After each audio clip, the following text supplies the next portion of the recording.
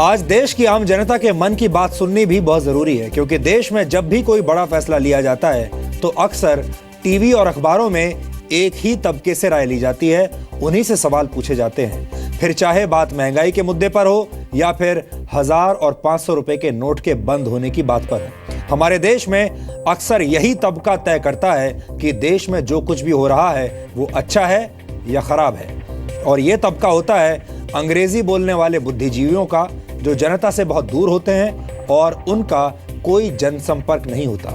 ऐसे लोग एक्सपर्ट बनकर अपनी राय देते हैं, टेलीविजन स्टूडियोज में बैठते हैं और इन्हें अंग्रेजी में ओपिनियन मेकर्स भी कहा जाता है। हमारे देश के संभ्रांत लोगों के लिए इन्हीं बुद्धिजीवियों की राय मायने रखती है और इस देश में बहुत सारी ऐसी सरकारें रही हैं जो सरकारें भी ऐसे ही बुद्धिजीवी और ओपिनियन मेकर्स की राय को मानती आई हैं। केंद्र सरकार के इस फैसले के बाद देश के तमाम डिजाइनर पत्रकार सुविधा के अनुसार बड़े बड़े चेहरों को अपने टीवी स्टूडियो में बैठाकर अब ये बता रहे हैं कि इस फैसले में क्रांति कम है और परेशानी ज्यादा है। लेकिन अब हम आपको डिजाइनर पत्रकारों की दुनिया से बहुत दूर ऐसे भारत में लेकर चलेंगे जिसका मूड कुछ और ही है। जीडीपी या अंतर्राष्ट्रीय बाजार की दुहाई देने वाले देश के बड़े बड़े अर्थशास्त्रियों का गणित फेल करने वाला ये वो तबका है जिसके विचार बड़े लोगों के लिए कोई मायने नहीं रखते, क्योंकि इनके विचार कोई सुनना नहीं चाहता, इन्हें छोटा समझा जाता है। मैं दिन भर मजदूरी करके किसी तरह अपना गुजारा करने वाले मजदूर, ठेले पर सामान बेचने वाले या रिक्शा चलाने वालों की बात कर रहा हूं, जिन्हें यह भी नहीं पता होता कि दिन खत्म होते होते उनकी जेब में 500 रुपए का नोट आएगा या फिर 100 रुपए का ही नोट रह जाएगा। स्विट्जरलैंड की financial services company Credit Suisse की वर्ष 2013 की रिपोर्ट कहती है कि भारत की कुल अर्थव्यवस्था में अनियमित अर्थव्यवस्था 90% रोजगार प्रदान करती है, जो देश के जीडीपी का करीब 50% है। देश की अनियमित अर्थव्यवस्था में बार्बर यानी नाई, कूड़ा कचरा उठाने वाले लोग, सब्जियां, फल और कई तरह के दूसरे सामान बेचने वाले लोग, रिक्शा चालक, ठेला और बैलगाड़ी चलाने वाले लोग शामिल होते हैं।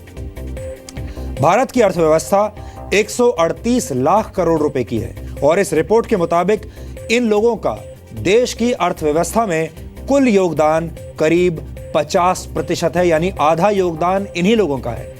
ऐसे में यह रकम करीब 69 लाख करोड़ रुपए के आसपास बैठती है। इसके अलावा शहरी इलाकों में मौजूद स्ट्रीट वेंडर्स शहरी अर्थव्यवस्था का एक मजबूत स्तंभ है। ये बात ministry of housing and urban poverty alleviation भी स्वीकार करती है। National association of street vendors of India के मुताबिक देश में 1 करोड़ से ज्यादा स्ट्रीट वेंडर्स हैं, जिनका सालाना टर्नओवर करीब 1,82,000 करोड़ रुपए का है।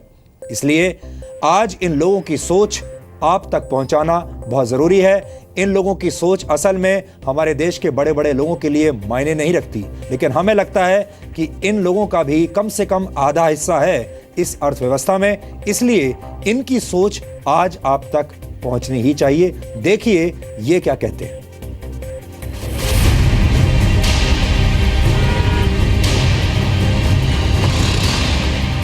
पेट्रोल पंप पे गए, पेट्रोल नहीं दे रहा, 100 का नोट लाइए।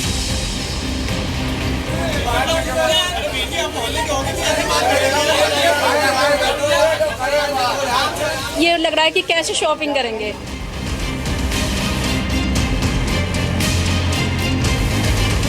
देश में 500 और 1000 का नोट बंद होने के बाद से आपने अब तक कई नेताओं, अभिनेताओं और एटीएम के बाहर खड़े कई लोगों की प्रतिक्रियाएं देखी और सुनी होंगी। लेकिन सवाल उठता है कि क्या सिर्फ यही लोग देश चला रहे हैं? क्या यही भारत है? आज हम आपको असल भारत में लेकर चल रहे हैं और उन लोगों से मिलवा रहे हैं जिनसे 500 या 1000 रुपए का नोट बंद होने पर कोई रिएक्शन लेने नहीं जाता। लेकिन ये भी एक बड़ा सच है कि 500 या 1000 का नोट बंद होने पर जहां एक तरफ लाखों लोगों की नींद उड़ी पड़ी है, वहीं इन करोड़ों लोगों को कोई फर्क नहीं पड़ता। देश के कुछ पत्रकार पिछले कुछ घंटों से ये बताने में लगे हैं कि 500 और 1000 का नोट बंद होने पर लोग कितना परेशान हो रहे हैं। ऐसे में सवाल उठता है कि ये कौन और कितने लोग हैं और क्या यही असल भारत है? यही सोचकर हम सड़क पर निकले तो रिक्शा चलाकर रोजाना कमाने खाने वाले विनोद से मुलाकात हुई। तो सबसे पहले हम आपकी मुलाकात करवा रहे हैं विनोद से। विनोद जैसे करोड़ों लोग हैं जो कि देश में आपको इसी तरह रिक्शा चलाते अपने आसपास देखेंगे। और जब हम कुछ ऐसी बातें करते हैं जैसे महंगाई बहुत ज़्यादा हो रही है या जैसे 500 का नोट खत्म हो गया, तो पता नहीं क्यों हम विनोद जैसे लोगों से बात करके ये नहीं पूछ पाते कि क्या इसका फ़र्क उन करोड़ों लोगों पर, इन जैसे करोड़ों लोगों पर पड़ेगा। तो चलिए विनोद से पूछ लेते हैं। विनोद, ये बताइए, 500 रुपये का नोट बंद हो गया, 1000 रुपये का नोट बंद हो गया, इससे आप पर क्या फ़र्क पड़ेगा या आप जैसे जितने लोग हैं जो रिक्शा चलाते हैं उन पर क्या फ़र्क पड़ेगा? ज़्यादा पैसे वाले पे फ़र्क पड़ेगा। हमें तो बंदा नोट देते, हमारे पास खुला नहीं होता। हाँ। अब 10, 20, 100, 200, 150 रुपये कमाने वाले, हाँ। अब 500 का नोट दोगे हाँ। तो हमारे पास खुला कहाँ से हम लाएंगे, आप बताओ। कभी जेब में 500 का नोट आ पाता है? नहीं आता। दिन का कितना कमा लेते हो? 200, 250, 300 बस। अगर 500 या 1000 का नोट बंद हो गया तो उससे विनोद की ज़िंदगी पे कोई असर नहीं पड़ने वाला? ना। फिर किस पर पड़ेगा सर? वो पैसे वालों को पड़ेगा जिनका काला धंधा, पैसों वाले का। हमारे पर क्या पड़ेगा? तो हमारे तो 10, 20, 50 रुपये कमाने वाले थे। विनोद, सरकार ने जो फैसला लिया आपको कैसा लग रहा है? क्या ठीक है ये फैसला? हमें तो अच्छा लगा ये बात, हम सुबह ही सुना तभी अच्छा लगा मुझे। विनोद से मिलने के बाद हमने तय किया कि भारतीय अर्थव्यवस्था चलाने का दम भरने वालों से नहीं, बल्कि उसमें संघर्ष करके अपनी रोजी रोटी चलाने वालों से ही बात करेंगे। ये वो लोग नहीं हैं जिनके लिए 500, 1000 की गड्डियाँ जिनके घरों के अंदर रखी हुई होती हैं, बैगों में रखी हुई होती हैं। ये बेचारे जैसे तैसे 500 रुपये के अगर 2-3 नोट भी इकट्ठा कर लें तो ज़्यादा हो जाता है। अब आप ये सड़क पर रेहड़ी लगाते हैं, 500 रुपये का नोट कमाना कितना बड़ा संघर्ष, कितना बड़ा मुश्किल होता है आपको? सर, हम सुबह से शाम तक खड़े रहते हैं यहाँ, और खड़े होने के बावजूद शाम को हमारे 500 की झाड़ी नहीं बन पाती, मगर जब भी पैरों में दर्द होता है, 300-400 रुपये मुश्किल है हमारे लिए कमाना। अब ये बताइए कि कुछ नेता कह रहे हैं नहीं जी ये तो छोटे जो लोग हैं, जो छोटा व्यापारी है, उस पर असर पड़ेगा इससे। आपको क्या लग रहा है, वाकई वास्तविक असर किस पर पड़ेगा? सर, हम पर तो कोई असर खैर है नहीं, हमारी जैसी है, जैसी कट रही है तैसी कट रही है, लेकिन काला धन निकल आए तो और बढ़िया है, इससे बढ़िया हमारे भी लिए फ़ायदा है और सब भाइयों के लिए फ़ायदा है। 500 और 1000 के नोट बंद हुए हैं, इसका असर किस पर पड़ेगा? ये तो जी बड़े लोगों पर पड़ेगा, हम पे क्या असर पड़ेगा जी? सही बात है। ये तो बड़े लोगों पर पड़ेगा सर, हम पे क्या, हम तो 50, 100, 200 रुपये कमाने वाले आदमी है सर। 100-200 रुपये रोज कमाकर खाने वाले इन लोगों से मिलकर लग रहा था कि पता नहीं वो कौन लोग हैं जिन्हें सरकार के इस फैसले से परेशानी हो रही है। आप ऑटो चलाते हैं? ऑटो चला देता है। 500 रुपये कब आ जाता है जेब में? 500 का नोट कभी 2 दिन में, कभी 3 दिन में 500 का नोट आ जाता है। नहीं तो कम पैसे में गुजारा करते हैं। हमें तो इस फैसले में तो कम से कम हो जाएगा, 100-200 रुपये उसमें गुजारा कर लेंगे, लेकिन फैसला बहुत बढ़िया है। क्यों बढ़िया है फैसला? हमारे लिए, हमारे बच्चों के लिए, हमारे भविष्य के लिए ये बहुत अच्छा है। गरीब आदमी के साथ है ये काम। कैसे? गरीब आदमी हम कम कमाते हैं, कम खर्चा करते हैं, कम पैसे में गुजारा करते हैं, लेकिन हमारे पास इतना पैसा नहीं है जो हम बार बार बैंकों में जाएं और बैंकों में जाके धक्के खाएं। हम अपना गुजारा होता है जो। इस फैसले का नुकसान किसको होगा ये बताइए? नुकसान तो ये उनको होगा जो 2 नंबर का काम करते हैं, जो नोट छुपा के अंदर रखते हैं, उनको नुकसान होगा। 500 रुपये, 1000 रुपये का नोट बंद होने से आपको परेशानी होगी? नहीं बाबू जी, हमें कोई परेशानी नहीं होगी। हमें क्या के लिए परेशानी होगी बाबू जी? हमें कोई परेशानी नहीं होगी। परेशानी होगी बाबू जी उन लोगों को जिनके पास ब्लैक मनी है। बहुत बढ़िया काम किया बाबू जी। ऐसा देश प्रधानमंत्री कोई नहीं हुआ। आज़ाद देश हुआ आज, देश आज आज़ाद हुआ। आज हुआ बाबू जी, अभी तक तो गुलामी था। ये भारत की वो असली अर्थव्यवस्था है जिसे दिन खराब हो तो 5 रुपये और अच्छा हो तो 100 रुपये तक मिल जाते हैं। ये वो करोड़ों की जनसंख्या है जिसकी जेब में 500 का नोट अगर महीने में एक बार भी आ जाए तो वो राजा होता है। आज जिन लोगों से हम आपको मिलवा रहे हैं वो इसलिए मिलवा रहे हैं कि क्या वाकई 500 और 1000 के नोटों ने इस देश में अमीर और गरीब के बीच का फ़र्क और ज़्यादा बढ़ाया? क्या वाकई ये बड़े नोट काला धन जमा करने वाले लोगों को और ज़्यादा अमीर बनाते चले गए, और वो लोग जो कि 50-100 रुपये रोज़ाना कमाने के लिए संघर्ष करते थे वो और ज़्यादा गरीब होते चले गए? तो क्या बेचते हैं आप? कचौड़ी बेचते हैं। कचौड़ी बेचते हैं। ये कचौड़ी हैं आपकी हैं? दिन में कितना कमा लेते हैं? 200-300 रुपये बस। आपका गल्ला दिखा सकते हैं हम लोगों को? इसमें सबसे बड़ा नोट कौन सा है? 20 का है सर। सबसे बड़ा नोट 20 का है। 20 का पड़ा है। आपको पता है आज की तारीख में आप सबसे ज़्यादा अमीर आदमी हैं। ये 10 और 20 के नोट के लिए लोग तरस रहे हैं। सही है। हैं? 500 रुपए का नोट कितने दिन में देखने को मिल जाता है? भाई आज ही आया है, 2-3 दिन में, वो भी लौटा दिया, चल लिया नहीं है 500 का नोट। अब आप एमसीडी में सफाई का काम करते हैं? हाँ जी, रोड साफ करते हैं, ये सारा आपका काम है? हाँ जी। अब ये बताइए कि 500 रुपए आपकी जेब में रहते हैं? अरे खाली रहा जेब का, आना बताई दो मैं आपको। 500 रुपए कब देखने को मिल जाते हैं, कितने दिन में देखने को मिल जाते हैं? तनख्वाह बटा जे भी मिले, हाँ। उससे वाला कहाँ मिले साहब। सरकार के इस फैसले के बाद इस तबके को ना तो एटीएम की मशीन की तरफ भागने की चिंता थी और ना ही पेट्रोल पंप की लंबी लाइन में लगकर अपनी जेब से 500 के नोट को खर्च करने की फिक्र।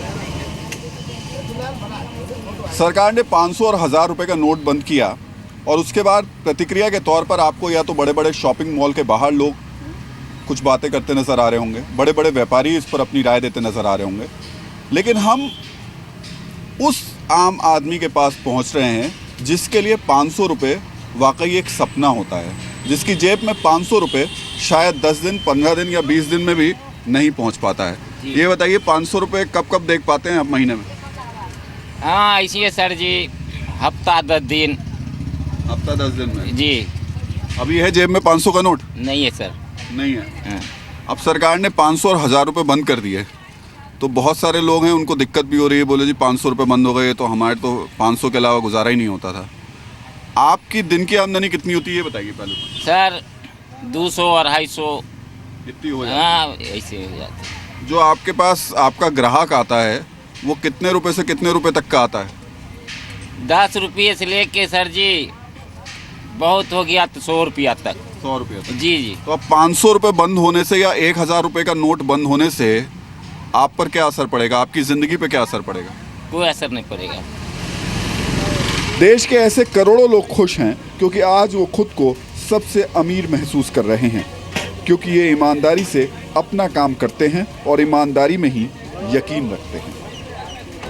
सरकार के एक फैसले ने काली कमाई के लाखों करोड़ों अरबों रुपए जोड़कर बैठे अमीरों को आज गरीब बना दिया और जेब में 100-200 रुपए लेकर घूमने वाले इस गरीब को अमीर बना दिया। कहावत पुरानी है लेकिन आज सच साबित होती है कि ईमानदारी और सच्चाई का फल हमेशा मीठा होता है। कैमरामैन गिरीश के साथ राहुल सिन्हा, जी मीडिया, दिल्ली। चलते चलते आपको यह जरूर बताना चाहेंगे कि कुल मिलाकर इस फैसले का दूरगामी प्रभाव क्या होगा। कुछ प्रभाव ऐसे हैं जैसे रियल एस्टेट के दाम अभी गिरेंगे, मकानों की कीमतें आपके बजट में आ जाएंगी, मकान खरीदना आपके लिए पहले के मुकाबले थोड़ा आसान हो जाएगा। लग्जरी आइटम्स या चीजों के दाम कम हो जाएंगे, फिजूल खर्ची रुकेगी और बुनियादी चीजों पर ज्यादा फोकस रहेगा। इस फैसले का एक असर अब यह भी हुआ है कि देश के ईमानदार लोगों के अंदर गर्व की मात्रा बढ़ गई है। वो लोग जो ईमानदारी से अपना काम करते हैं, बेईमानी के पैसे के पीछे नहीं भागते, ऐसे लोगों को आप गरीब भी कहते हैं। ऐसे लोगों का स्वाभिमान लगातार कम होता जा रहा था क्योंकि ईमानदारी लगातार गरीब होती जा रही थी और बेईमानी लगातार अमीर होती जा रही थी इस देश में। लेकिन सरकार के इस फैसले के बाद आज पहली बार हमने ये नोट किया कि ये लोग जो कि जिन्हें आप गरीब कहते हैं, जो कि ईमानदारी से अपना जीवन जी रहे हैं, ईमानदारी से अपना काम करते हैं, ये लोग आज पहली बार अपना सीना चौड़ा करके घूम रहे थे, जबकि काला धन रखने वाले लोग आज दिन भर परेशान थे। ऐसा पहली बार हुआ है कि जिनकी जेब में पैसा नहीं है वो खुश हैं, उनके सीने चौड़े हैं, और जिनकी जेबें भरी हुई हैं वो शोक मना रहे हैं। यानी खाली जेब वालों का स्वाभिमान लौट आया है, ईमानदार लोगों का स्वाभिमान लौट आया है और काला धन रखने वालों के बुरे दिन शुरू हो गए हैं। और किसी भी देश के लिए, किसी भी राष्ट्र के लिए ये एक बहुत ही शुभ संकेत है।